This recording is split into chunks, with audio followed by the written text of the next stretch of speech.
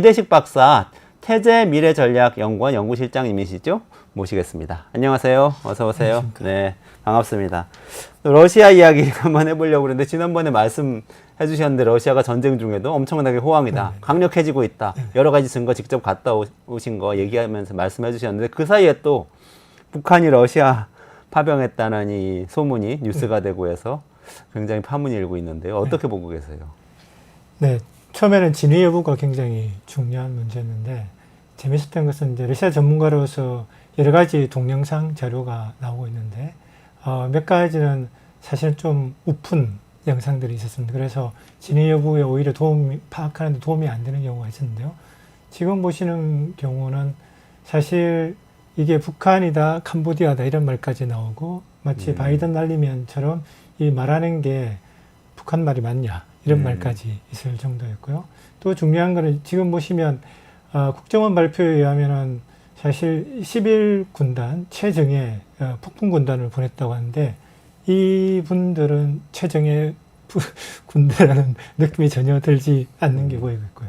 또 하나 재밌는 것은 또 극동에 북한군이라면서 또 동영상을 찍은 게 올라온 게 있었는데요. 그걸 보면은 북한 사람들이 북한 말을 한다고 했는데 사실 러시아 사람들한테 확인해 본 결과 야쿠트어다. 북한 말이 아니다. 그게 힘들다야 뭐 이런 얘기라고 그게 바이든 건가요? 날리면처럼 그렇게 돼서 이건 한국말 하는 거다라고 하는데 이게 야쿠트어다 이렇게 해서 진위 여부가 상당히 재밌게 있었는데 일단 말씀드리고 싶은 것은 지금 나온 동영상이 북한이다 아니다를 떠나서 첫 번째 과연 이들이 최정예 특수전에 참가하는 폭풍군대가 맞느냐 그걸 증명할 수 있는 건 전혀 없었던 것 같고요. 또 하나 문제는 파병이냐라는 말을 쓰는데 파병이냐 용병이냐는 굉장히 차이가 큽니다. 우리가 저기 베트남전에 참전할 때 우리 군복을 입었습니다. 네. 그러니까 공식적으로 파병을 한다는 것은 우리 군이 가는 겁니다. 그렇죠. 북한이 공식적으로 파병된다는 것은 북한 군복을 입고 가는 겁니다. 그렇죠. 근데 지금 러시아 군복을 입혔다라고 하는 거고 굳이 그걸 비공식적으로 한다는 거죠. 이건 러시아도 북한도 만약에 보낸 게 맞다면 공식적인 파병이 아니라 그 비공식적인 용병으로 했고 용병이라면 우크라이나 쪽에도 사실 나토에서 수많은 군인들과 장교들이 용병 형태로 비공식적으로 와 있고 사실 러시아는 이미 용병 형태로 여러 나라에서 와 있는 상태이기 때문에 우리 언론에서 많이 다루지 않지만 이 사태를 우리의 남북 갈등 혹은 한국과 러시아의 갈등을 올 때 이게 용병이냐 파병이냐 보는 건 굉장히 큰 차이가 있는데 그 점을 다 간과하고 파병이다 라고 하는 것은 굉장히 우리가 좀 조심해야 될 사항 중에 하나라고 봅니다. 그러면 지금 상황은 우리나라 국정원에서 그 12,000명을 북한이 러시아에 파병했다고 발표를 한 거죠. 네네네. 국정원에는 파병했다고 발표를 했는데 러시아하고 북한은 파병은 부인을 했고 그런 상황인 거죠. 근데 그렇죠. 미국하고 서방에서는 조금 시간을 끌다가 어제 이제 미국에서는 북한군이 파병을 했다고 확인을 한 겁니까? 아니면은 군인들이 갔다는 걸 확인한 겁니까? 확인을 해줬어요? 파병이냐 용병이냐라고 할 때 이걸 이제 영어로 말하면 북한군이 러시아에 있는 거는 맞는 것 같다고 얘기한 겁니다. 오스틴 국무장관이라든지 존 커비 안보소통 보좌관 같은 경우에도 북한군이 있는 건 맞다. 근데 여기서 되게 조심하는 말이 뭔가 하면 그런데 무엇을 하는지는 모르겠다. 그리고 더 중요한 것은 전투에 배치가 될 건지는 모르겠다.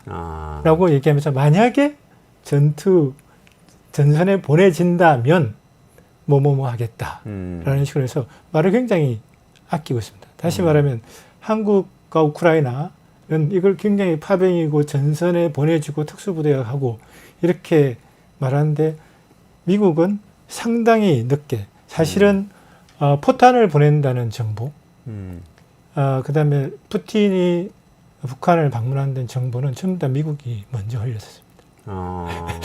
근데 굳이 가장 더 중요한 파병 문제는 미국이 며칠을 끌다가 했고 또 더 중요한 것은 미국이 이걸 발표하면서 국정원이 발표한 내용이 조금씩 다릅니다. 예를 들어서 미국은 원산에서 출발했다. 이렇게 네네. 하는데 국정원은 청진에서 출발했다. 어. 이렇게 되는 거고요. 그래서 정부가 좀 다를 뿐에도 차이가 있고 더 중요한 건 속도 차이도 있다는 게 그러니까 우리는 이걸 가지고 용도를 좀 다르게 생각하고 있고 미국은 이 문제를 또 다른 용도로 생각하고 있다는 거죠. 용도라는 게 무슨 뜻입니까? 용도는 다시 말하면 이걸 발표를 했을 때 미치는 영향에 대해서 미국은 다르게 생각하고 있다는 거죠. 아. 되게 큰 차이가 나는 게 그 마르크 티터 네. 나토의 사무총장의 네네. 발언과 오스틴 국무장의 발언이 굉장히 아. 다릅니다. 마르크 티터는 만약에 전선을 보내진다면 여기에 대해서 마치 전체 국제 차원에서 상당한 제재를 가해야 된다. 그리고 확전이 될 것이다. 이렇게 얘기하는 반면에 오스틴은 있는 걸 겨우 확인했는데 뭐 하는지 모르니까 우린 좀 더 지켜봐야 되겠다. 아. 라고 얘기를 하는 거죠. 나토 쪽에서는 굉장히 강경 발언을 했는데 미국 쪽에서는 굉장히 신중하게. 이게 좀 재미있는 얘기했다는 포인트가 거네. 마르크 리트 같은 경우는 네덜란드 총리였고요. 네. 네덜란드 총리가 이번에 그 극우 정당한테 지면서 네. 사실은 극우 정당 총리가 되면 우크라이나 지원도 그만하겠다는 말까지 나왔는데 그 총리가 선거에서는 이겼는데 총리는 못 됩니다. 아, 그러면서 이 사람은 지금 총리는 그만뒀으니까 나토의 사무총장을 하고 있고 이제 다른 극우 정당에서 추천한 총리가 네덜란드 총리가 되어 있는 상태입니다. 그러니까 입장이 되게 복잡한 입장이긴 한데 나토는 지금 유럽에서 러시아를 제재하고 또 이 군사 지원도 계속해야 된다는 입장인데 또 유럽 내에서는 그만하자는 분위기도 굉장히 많이 늘어나고 있고 미국 같은 경우는 지금 해리스가 밀리고 있지 않습니까? 네네. 그럼 이건 해리스한테 악재입니다.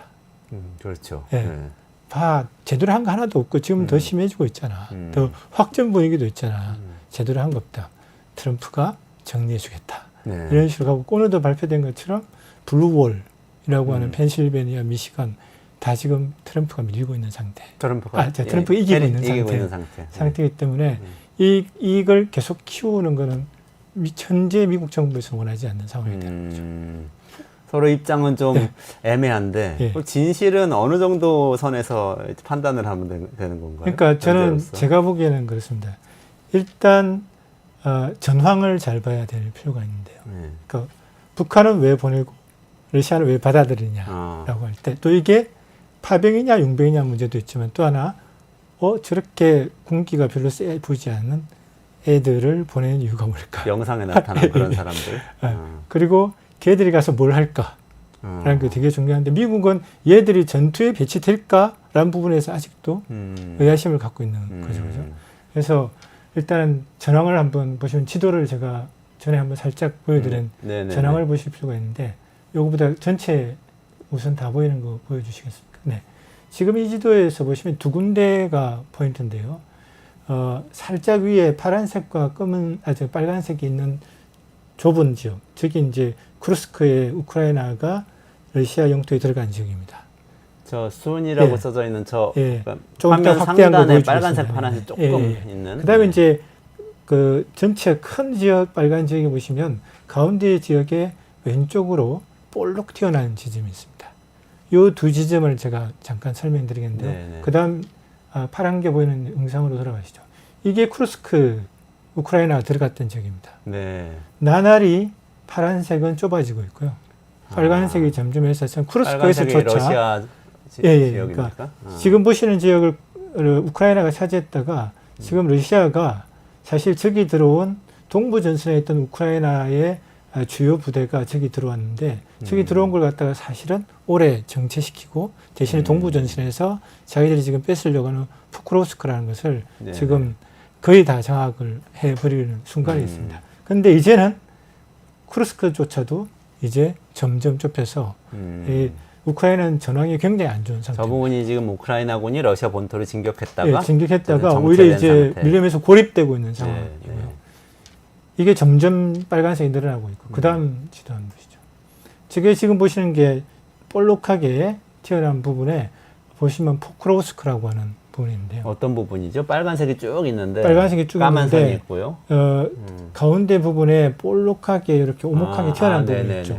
그 끝에 보시면 영어로 포크로스크라고 하는 저기를 뺐으면 돈바스 지역을 이제 다 뺏을 수 있는 굉장히 중요한 병참 기지이고 저기에 주요 도로, 철도 그리고 우크라이나에서 무기를 만들 때 제일 중요한 철강을 만드는 코크스를 저기서 생산합니다. 네. 저기가 지금 저기를 뺐으면 사실 돈바스는 다 뺏기는 거다라고 네. 되고 있기 때문에 러시아가 가을부터 지금 저기를 집중적으로 하면서 저기를 뺏기지 않기 위해서 러시아 군을 분산시키기 위해서 쿠르스크로 우크라이나 사령관이 군대를 보냈는데 러시아가 반응을 갖다가 안 하고 오히려 여기에 더 집중 공세를 해버리면서 여기도 더 빨리 잃고 저기는 이제 다시 고립되는 상황이 돼서 전선 자체는 이게 지금 지도를 누가 보여주는가 하면 ISW라고 해서 미국의 전쟁연구소에서 보여줍니다. 그러니까 미국 자료입니다. 그러니까 지금 전선은 러시아한테 아주 유리하게 돌아가고 있습니다. 거의 돈바스 지역을 다 장악하는 게 코앞에 있는 그런 상황이라는 말씀이시네요.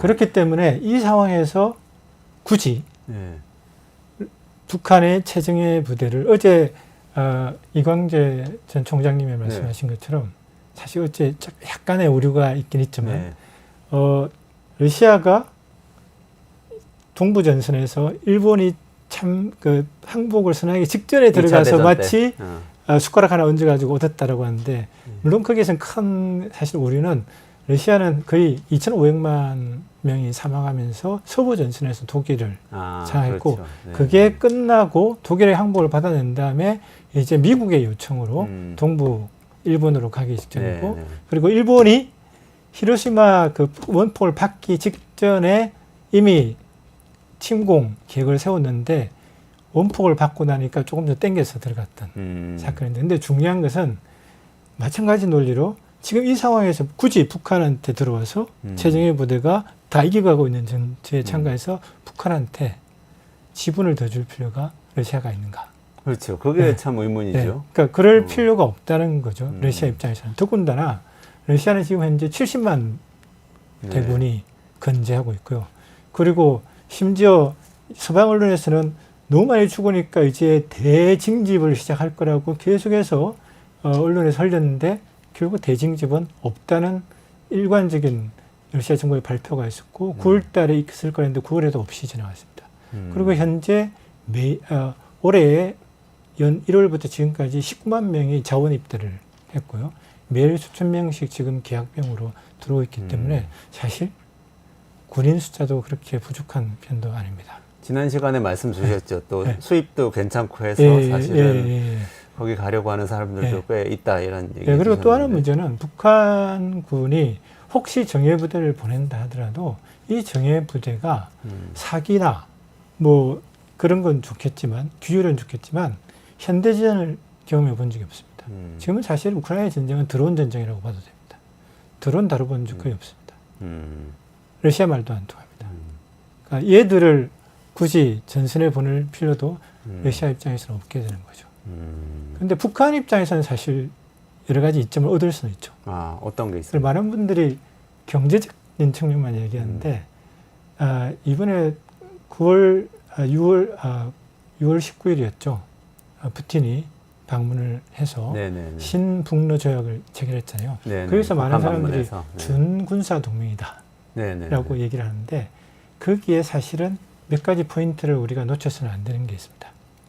첫 번째, 자동 군사 개입이다 라고 하는데 거기에 사실은 조항을 달아둔 게 있습니다. 첫 번째, UN 51조에 근거한다. 51조. 왜 51조가 뭔가면 한 나라가 침공을 받았을 때 그 나라의 자위권 혹은 그 동맹과의 집단 자위권은 안보리가 특별한 조치를 취하기 전에는 마음껏 발휘할 수 있답니다. 이게 무슨 말인가? 한편으로는 내가 침공을 당하면 나는 그게 방어하는 것에 대해서는 유엔이 뭐라고 할 수 없어 라고 해서 그리고 동맹도 같이 할 수 있어라고 하니까 북한과 러시아가 같이 마음껏 할 수 있다고 되어 있지만 거기에 또 하나는 유엔 안보리에서 조치를 취하면 중단해야 된다. 그게 51조입니다. 조치를 취하기 전까지는 할 수 있다. 할 수 있다라고 하는 거죠. 두 번째가 북한과 러시아의 국내법에 따른다라고 했습니다. 이게 무슨 말인 건 러시아 내에서 의회에서 가지마 하면 못 간다는 푸틴은 하고 싶은데 의회에서 안 된다고 하니까 너 못하겠다라고 할 수 있는 거예요. 또 하나 이게 1년 전에 미리 이 조약을 해지한다고 일방이 통보하면 해지하게 되죠.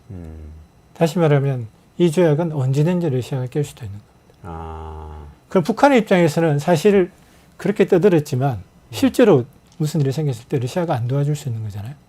그건 선택할 수 있는 거네요. 근데 지금 입장에서. 북한이 보냈다. 네. 거기 가서 만약에 총알 바지에서 많이 죽었다. 북한에게는 러시아가 만약에 반대 상황이 됐을 때 우리가 그렇게 도와줬는데 안 도와주냐라고 하는 강력한 근거가 마련될 수도 있는 거죠. 이게 이제 비경제적인 부분에서 굉장히 중요한 포인트가 될 수 있다고 보이고요. 두 번째는 경제적인 면은 뭐 말할 것도 없습니다. 지난번 신북로 조약에서 양국이 이제 관계가 돈독해지면서 북한이 러시아한테 12만 명의 노동력을 받아달라고 했습니다. 그럼 12만 명이면 만약에 그게 1인당 1년에 3만 달러 정도 받잖아요. 그러면 북한은 30억 달러의 수익을 얻게 되는 거예요. 그러면 30억 달러면 우리 돈으로 얼마입니까? 300억, 3천억, 3조? 이렇게 되네요. 3조가 3조, 4조 사이에. 그런데 지금 그때 말씀드렸는데 현재 러시아 군이 자원 입대에서 받는 월급이 2,000달러입니다. 월급이 2,000달러. 그럼 여기에 국정원에서 말한 것처럼 12,000명이 들어간다. 그러면 이것도 한 3억 달러 정도가 되는 거고요. 그것도 뭐 한 4천억 원 되는 거네요. 그러니까 만약에 이게 정말 진짜라고 하더라도 그리고 굳이 전선에 안 보내고 지금 화면에 나오거나 여러 가지 논리 그 정황상 볼 때는 사실은 뒤치다거리하러 보내는 가능성이 높습니다. 그렇다 하더라도 돈은 받게 되는 거니까. 그렇게 되면 여러 가지로 사실은 경제적으로도 도움이 되는 거고. 또 하나는 이제 이렇게 되게 되면 러시아로부터 여러 가지 다른 뭐 무기의 고도화라든지 여러 가지 면에 대해서 도움을 요청할 수도 있겠죠. 그런데 러시아 입장에서는 받을 이유가 아까 별로 없다고 말씀하셨는데 그래도 북한군이 지금 러시아에 가 있는 것까지는 거의 확인이 되는 것 같은데요. 왜 최소한 블라디보스톡에는 가 있을 가능성이 여러 저도 아는 지인들을 통해서 극동 지역에 북한군이 보인다라고 하는 얘기는 조금 확인을 간접적으로 한 것 같고요. 그래서 일단은 첫 번째는 북한군이 이번에 갔느냐. 사실은 아까 말씀드렸죠. 용병 형태로 다양하게 들어가 있고 옛날에는 이미 국정원에서 이번에 말할 때 북한의 포병을 지휘하는 김정식이 전선에 보였다라는 이야기는 이미 있었던 것이고요. 그러니까 간접적으로 지원하는 것은 있었다는 것이고 보시는 것처럼 아마도 공병이든 혹은 그보다 더 하급의 뒤치다거리든 북한군이 할 수 있는 이른바 노동력의 형태가 군이라고 하는 형태라고 이렇게 복합적으로 되면서 보내는 것은 사실은 가능하다고 보입니다. 그렇군요. 그러면 아까 그 북한하고 만약에 북한군이 블라디보스톡에 간 것까지가 만약에 사실이라고 한다면 그래도 어쨌든 이번에 같은 지난번에 같은 북러 관계가 더 밀착되고 있음을 보여주는 어떤 사건이라고 볼 수는 있는 거잖아요. 그렇습니다. 북러 관계는 신북러 조약을 맺는 순간부터 뭐 사실은 진일보한 건 틀림없고요. 우리나라하고 러시아는 전략적 동맹 관계입니다. 북한하고 러시아는 포괄적 전략적 동맹자 관계. 그게 어떻게 다른 겁니까? 그러니까 전략적 동맹보다 그 범위를 훨씬 넓혔다는 거죠. 그 중에 하나가 군사적 협력이 들어가게 되는 거고요. 그러면서 사실은 거기에 군사적 협력뿐만 아니라 가장 중요한 북한한테 필요한 에너지 협력이 들어가 있는 거죠. 에너지 중에서도 사실은 원자력 부분. 지금 이게 조선일보에서 그때 나왔던 북러 신조약의 전문입니다. 전문 네. 중에 일부 중에 에너지 부분이 굉장히 중요하고 있고 북한 같으면 지금 원자력을 해야 되는 거고 이 원자력 부분을 러시아가 지원하기 위해서 우라늄을 보낼 수 있는 가능성이 굉장히 높아졌고 문제는 미국이 러시아의 우라늄에 의존하고 있다가 최근에 이제 러시아 우라늄을 받지 않겠다. 러시아한테는 1년에 한 10억 달러 정도 되는 수익이 사라진다고 볼 수 있는데요. 그래서 러시아가 원자력 세일, 우라늄 세일을 많이 하고 있는데 재밌는 게 6월 19일 날, 원래 6월 18일, 19일 날 북한에 1박 2일로 가기로 했는데 네. 이게 6월 19일로 줄어들지 않았습니까? 네네네. 그래서 바로 왔잖아요. 어디로 갔습니까? 베트남으로 갔습니다. 아. 예. 근데 둘의 공통점이 뭔가 하면 북한에서도 원자력, 베트남에서도 원자력이 있습니다. 특히 베트남에서는 SMR 얘기가 나중에 SMR 이야기를 하신다. 네네네. SMR 얘기까지도 네. 나왔습니다. 그러니까 다시 말하면 둘의 관계가 진보되면서 군사 부분이 아니라 에너지 그리고 사실은 무엇보다도 북한이 갈급한 석유 공급이 굉장히 늘어나고 있다. 이런 것들은 여러 가지로 둘 관계가 진행된 거죠. 노동력 보내는 것도 굉장히 중요합니다. 아, 그러네요. 지금 브릭스라는 또 틀이 있지 않습니까? 네. 브라질, 러시아, 원래 인도, 차이나 아까 중국까지 해서 이렇게 네 개 네. 나라인데 지금은 확 넓혀가지고 원래 이제 네. 브라질, 인도, 러시아, 남아공 남아공까지인가요? 그래서 5개 국가였는데 지금 이제 재밌는 것은 이란하고 사우디아라비아가 중국의 중재로 서로 다시 대탕태에 들어갔는데 네네네. 이 사우디아라비아가 이란이 이제 들어왔고 근데 사우디는 살짝 유보한 상태지만 거의 들어온 거나 마찬가지로 되어 있는 거고요. 그다음에 이집트, 이디오피아 재밌는 것은 UAE, 두바이가 들어왔다는 거예요. 그래서 사실은 북아프리카와 아시아 그리고 태국과 말레이시아도 이미 신청한 상태고요. 튀르키예도 신청한 상태입니다. 그래서 현재 브릭스에 이번에 36개국이 참석을 해서 사상 최대 규모인데 그 중에서 무려 22개국이 정상이 참가하게 되고요. 그래서 사실은 러시아가 고립된다고 하는데 오히려 러시아는 영향력을 확대하고 있는 상황이고 거기에 중국, 인도가 크게 지지를 하고 있는 상황입니다. 원래는 그러니까 미중 갈등 이렇게 G2 체제로 가는 과정에서 중국의 영향력을 넓히려고 브릭스 같은 뭐 체제도 만들어서 잘 좀 활용을 하고 이렇게 생각을 했는데 러시아도 영향력을 넓히고 있다 이런 그렇죠. 말씀이시네요. 브릭스 자체가 처음에 만들어질 때 중국, 러시아가 주도를 했던 거예요. 상하이 협력기구 같은 경우는 중국이 좀 주도했던 안보 체제였는데 브릭스 같은 경우는 중국, 러시아, 인도, 브라질 이게 2006년도에 만들고 남아공은 2010년도에 늦게 가입을 했던 거죠. 이번에 근데 브릭스 회담에서 중국하고 러시아 정상이 만나서 이야기를 나눴다는 거잖아요. 근데 북한 파병 뭐 이런 얘기가 막 복잡하게 또 있는데 중국은 입장이 어떨까요? 여기에 비공식적으로 둘이서 무슨 얘기를 하는지는 우리는 알 수 없지만 공식적으로는 나누지 않았다. 우크라이나 전쟁을 평화적으로 종식해야 된다는 얘기는 나눴지만 북한에 대해서는 한마디도 하지 않았습니다. 근데 여기서 이제 우리가 주목하는 게 중국이 북한하고 러시아하고 가까워지면 좀 불편하지 않느냐. 이런 얘기들을 많이 하십니다. 근데 사실 우리 언론이 굉장히 일희일비하는 게 있는 것 같습니다. 우선 북한과 중국은 한 번도 100% 원만한 관계를 가진 적이 없습니다. 아, 그래요? 북한은 옛날에 1932년에서 36년도에 있었던 이른바 민생단 사건으로 당시 북한의 고위 중요한 공산 간부들이 많이 희생이 됐고요. 그때 김일성은 도망 나와 있었던 사건입니다.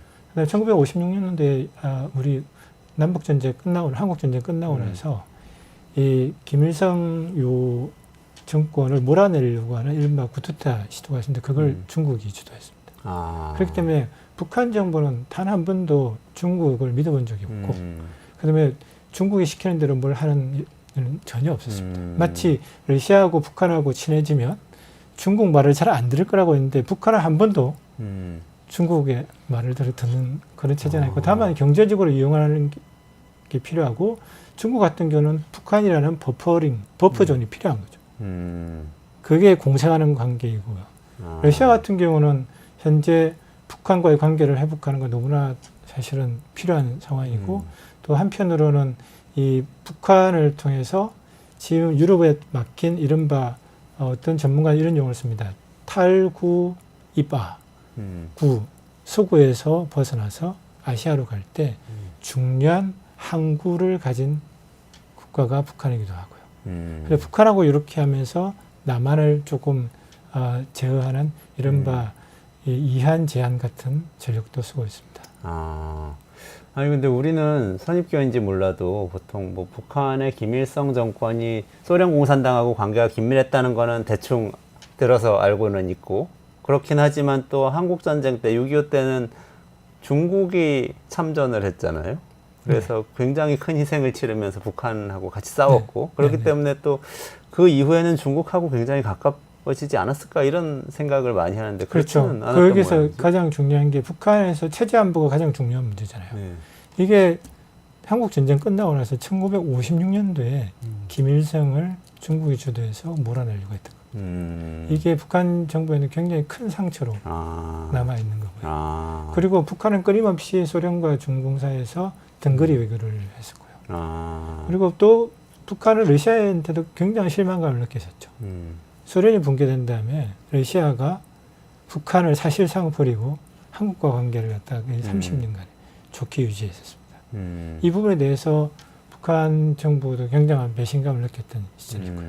그래서 사실 100% 믿을 수 없는 관계, 일정한 거리를 두고 있는 것은 굉장히 미묘한 삼각관계가 그려져 있는 겁니다. 그러니까 이렇게 큰 전략적으로 공유하는 게 있으나 그러나 완전한 친구는 될 수 없다는 게 이 삼국 간의 관계이고 그래서 이걸 크게 봐야지 이런 거 하나하나에서 뭐 삐졌다 안 삐졌다 이런 식으로 보는 건 굉장히 사실 너무 얄팍한 접근이라고 볼 수 있습니다. 일일비하면 안 된다. 네, 네. 그럼 조금 더 들어가 가지고요.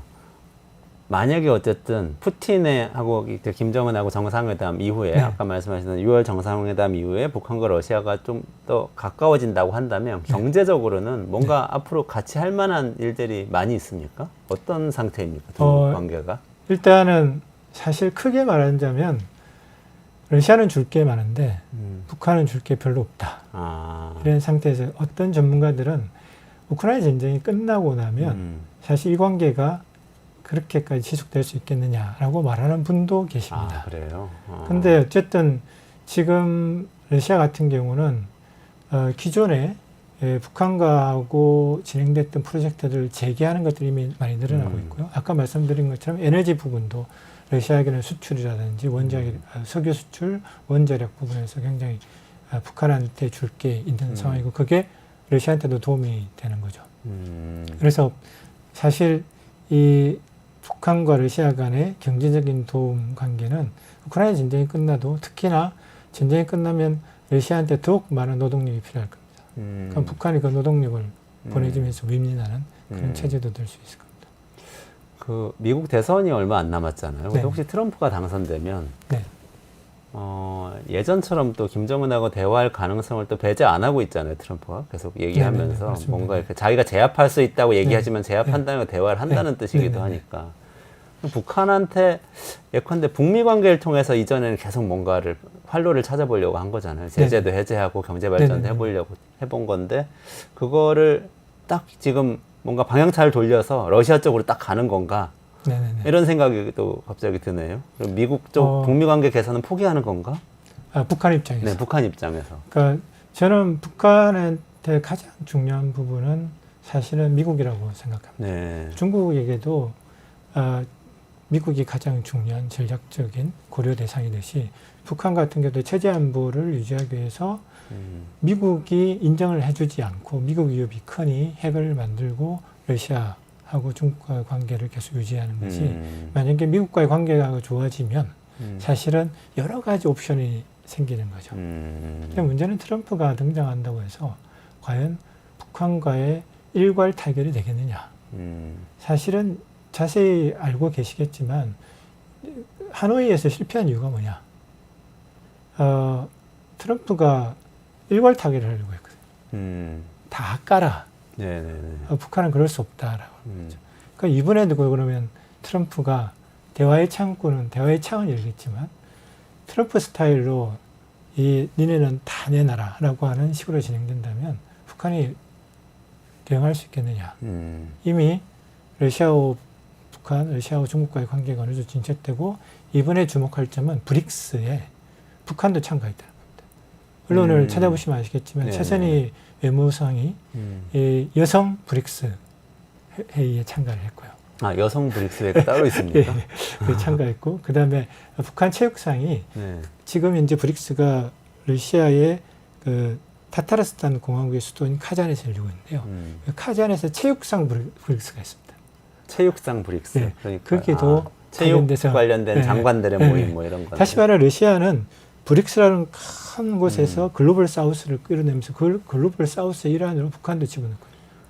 아, 네. 그러네요. 그렇기 때문에 이 상황에서 북한은 만약에 트럼프가 악수를 하더라도 요구하는 게 너무 크다라고 굳이 받아들일 필요가 없는 상황이 될 수 있어요. 아, 그러니까 아예 플랫폼을 그쪽으로 옮겨버릴 수도 있다, 그렇죠. 뭐 그런 말씀이신데, 네. 그래도 이제 아까 말씀하신 뉘앙스로 보면은 미국이 너무나 사실 중요하긴 하고, 미국하고 대화 가능성이 있으면 또 충분히 언제든지 있죠. 이쪽하고 예. 대화를 할 테고, 예. 근데 미국을 자극하기 위해서 핵도 개발하고 러시아하고 네네네. 동맹도 진전시키고 뭐 이런 걸 한다는 말씀이시잖아요. 그리고 이 화장실 갈 때하고 나올 때가 다른 것처럼 미국을 향해서 핵을 만들었지만 핵을 보유하고 보니 생각보다 훨씬 효용성이 늘어나는 거죠.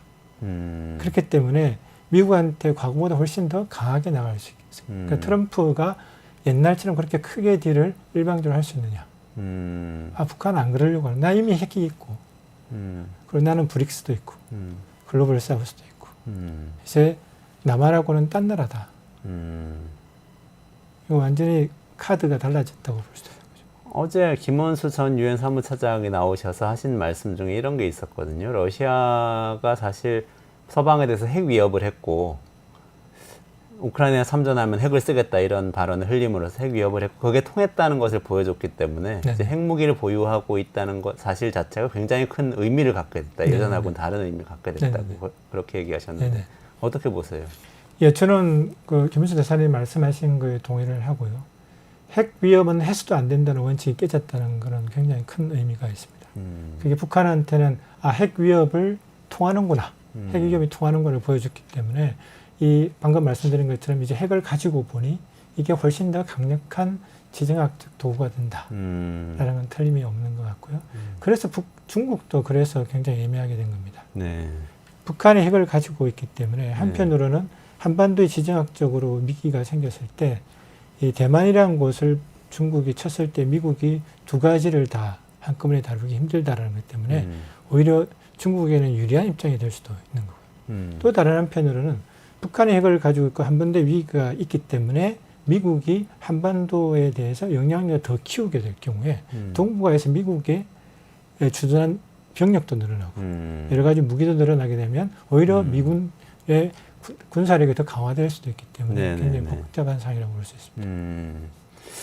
그렇군요. 아까 말씀하신 내용 중에 경제적으로 볼 때 러시아 입장에서 이렇게 동쪽으로 항상 올 때 북한의 항구를 이용할 수 있다는 부분 전략적으로 굉장히 중요했다는 말씀해 주셨는데요. 그 비슷하게 그 부동항 관련해서 러시아에서 계속 극동 지역에 관심을 많이 가졌었잖아요. 나진 하산 지역도 그렇고 그 프로젝트는 지금 어떻게 되고 있습니까? 지금 한번 일단은 그 제가 보던 항구 나진하고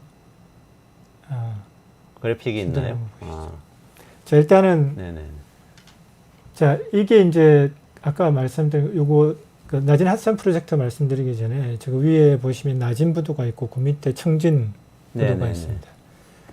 이 나진 핫산을 러시아하고 북한의 관계라고 보시는데 사실은 러시아, 북한, 러시아, 중국이 다 이 항구들에 얽혀 있는 걸 볼 수가 있는데요.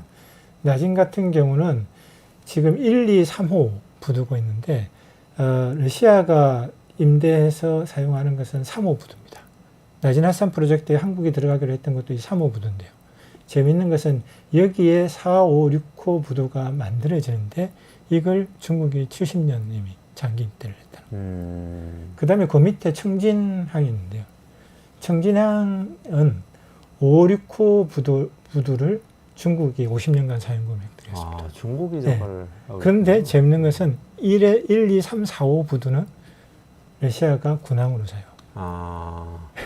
그러니까 우리가 낮은 핫산만 보다 보니까 저기에 중국과 러시아가 같이 다 이 항구들을 있네요, 다. 쓰고 있다라고 하는 게 지금 눈에 안 들어오는데 그렇기 때문에 항상 중국, 러시아, 북한이라고 하는 관계가 그렇게 막 쉽게 흔들리고 말고가 아니다라는 걸 보여주는 게 첫 번째고요. 낮은 핫산 프로젝트는 그 중에 하나인데요. 시작도 2001년도에 김정일하고 푸틴이 만났을 때 이른바 모스크바 선언을 하면서 우리 낮은 핫산하고 이 나진하고가 한 54km 정도 가깝습니다. 거기를 한번 이어보고 낮은 항을 갖다 개발해보자 라고 했습니다. 근데 문제가 뭐였는가 하면 이 나선 콘트라스라고 하는 그 러시아하고 북한의 합작회사를 만들었는데 물량이 없는 컨테이너 항구를 만들고 싶었는데 컨테이너 물량이 없는 거예요. 그래서 진도가 안 나왔습니다. 그런데 노무현 대통령 정권 때 2006년도에 그럼 컨테이너는 우리가 보내줄게. 부산항에서 나진으로 보내서 시베리아 횡단철도를 보내는 걸 하자. 서로 좋다. 그러면 러시아에서는 시베리아 횡단철도의 요율을 15% 깎아줄게. 한국은 블라디보스톡에서 보내게 되면 철도 타기 전에 줄을 엄청 써야 됩니다. 우선순위를 러시아 화물한테 먼저 줍니다. 근데 나진에서 출발하면 우선순위가 생깁니다. 그러니까 다 좋은 거니까 하자라고 했었습니다. 진행이 되다가 정권이 교체됐지 않습니까? 2007년 MB 정부로 넘어가면서 그게 다시 중단됐다가 MB도 이거 하자 괜찮네 라고 진행을 했었습니다. 네, 진행을 했는데 이게 또 당시에 그 코레일 사장이 바뀌고 여러 가지 이유가 생기면서 이게 또 자초가 됐었습니다. 그러니까 북한과 러시아가 아예 한국 없이 하자면서 이번에 석탄으로 가자. 석탄학으로 만들었었어요. 근데 다시 박근혜 정부가 들어왔습니다. 이거 괜찮네. 이른바 통일대박론 얘기하면서 이걸 다시 진도를 해서 석탄학으로 그럼 하자. 라고 했었는데 북핵 실험이죠. 심지어 그때 러시아가 2014년도에 크림반도를 합병한 다음에 제재를 가했을 때 낮은 핫산 프로젝트는 제재에서 예외시켜달라고 박근혜 정부가 얘기해서 그게 통했습니다. 그래서 진도가 나는데 북핵 실험에서 다시 중단이 됐고요. 그래서 다 중단이 되고 유엔 제재에서는 풀려 있는데 미국이 단독으로 저 항구에 북한항에 머무른 배는 180일 동안 다른 데 갈 수 없다. 받아들이지 못한다. 금융지원도 못한다면서 결국은 한국 기업도 참석을 못했는데 이번에 북러 신조약하고 나서 이제 다시 재개가 되겠습니다. 석탄이 다시 러시아 기업도 그동안 참고 못했는데 석탄 수출이 재개가 됐고요. 그다음에 제일 중요한 그쪽으로 이어지는 두만강 교량 건설 사업이 다시 시작이 됐고요. 그럼 미국 제재는 그대로 있는데 북러 간에 북한과 러시아 사이에 이제 무역 항으로 기능을 하는 건가요? 네, 석탄항으로 지금 기능을 하고 있고요. 그렇군요. 재미있는 건 핫산과 나선 사이에 현재 여객 철도 운행 시험이 올해 있었고 12월부터는 주 3회씩 여객 철도가 오가게 여객 철도도 오가고. 생각보다 그쪽은 진도가 많이 나은 거죠. 생각보다 활성화되고 있다. 그 네네네. 말씀이시네요. 네네. 그게 활성화가 더 되면 북러 간에 어떻게 보면은 경제적으로 항상 이렇게 거래할 수 있는 통로가 생겨서 그렇죠, 예. 훨씬 더 밀착되는 계기가 될 수 있겠네요. 네네. 오늘 말씀 듣다 보니까 또 시간이 네네네. 훅 가버렸는데요. 네. 오늘 여기까지 좀 말씀드려야 될 것 네네. 같습니다. 오늘 북한하고 러시아하고 밀착하고 있는 과정에서 앞으로 어떤 일이 생길까에 대해서 이대식 박사님 말씀 들었는데 여러분들 어떠셨어요? 저는 조금 경계심이 알람이 딱 켜지는 게 이대로 가다가는 진짜 북한, 러시아, 브릭스 이틀 북한로 그렇죠. 북한이 들어가 버리면 우리가 남북 간에 뭔가 해볼 수 있는 기회는 영영 없어질 수도 있겠다 이런 생각이 들었으면 걱정이 되네요. 너무 좁게 남북 관계만 보지 말고 브릭스라든지 글로벌 사우스라고 해서 전세 세계 질서가 어떻게 바뀌는지를 보면서 우리가 판단하는 게 굉장히 중요한 것 같습니다. 네, 알겠습니다. 이대식 박사님하고 같이 북한과 러시아 밀착 이후에 벌어질 일들에 대해서 살펴봤고요. 오늘 이대식 박사님하고 같이 인사드릴게요. 고맙습니다. 감사합니다.